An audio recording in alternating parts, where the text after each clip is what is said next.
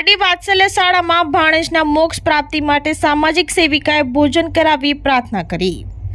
પારડીમાં દિવ્યાંગ બાળકોની વાત્સલ્ય શાળા ખાતે વલસાડ ખડકી બાગડાના ભંડારી પરિવારના એક યુવાનું ટૂંકી માંદગી બાદ મૃત્યુ પામતા આજરોજ મોક્ષ પ્રાપ્તિ માટે સામાજિક સેવિકાએ વિદ્યાર્થીઓને ભોજન કરાવી શ્રદ્ધાંજલિ પાઠવી હતી। ભંડારી સમાજના 40 વર્ષીય યુવાન સ્નેહલ સુમનભાઈ ભગતનું હોસ્પિટલમાં સારવાર થકી ટૂંકી માંદગીથી મૃત્યુ થતાં સમસ્ત પરિવારજનોમાં શોકની ગમગીની છવાઈ ગઈ હતી।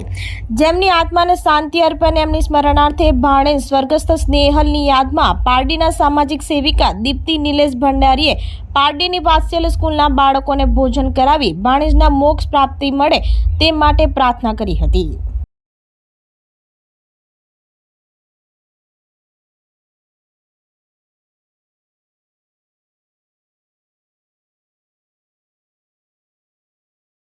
આપણી સંકલ્પ ન્યૂઝ ચેનલને સબસ્ક્રાઇબ અને લાઇક કરો, બેલ આઇકન દબાવો જેથી આવનાર ન્યૂઝ અપડેટ્સની નોટિફિકેશન આપના મોબાઈલ પર સૌથી પહેલા પહોંચે।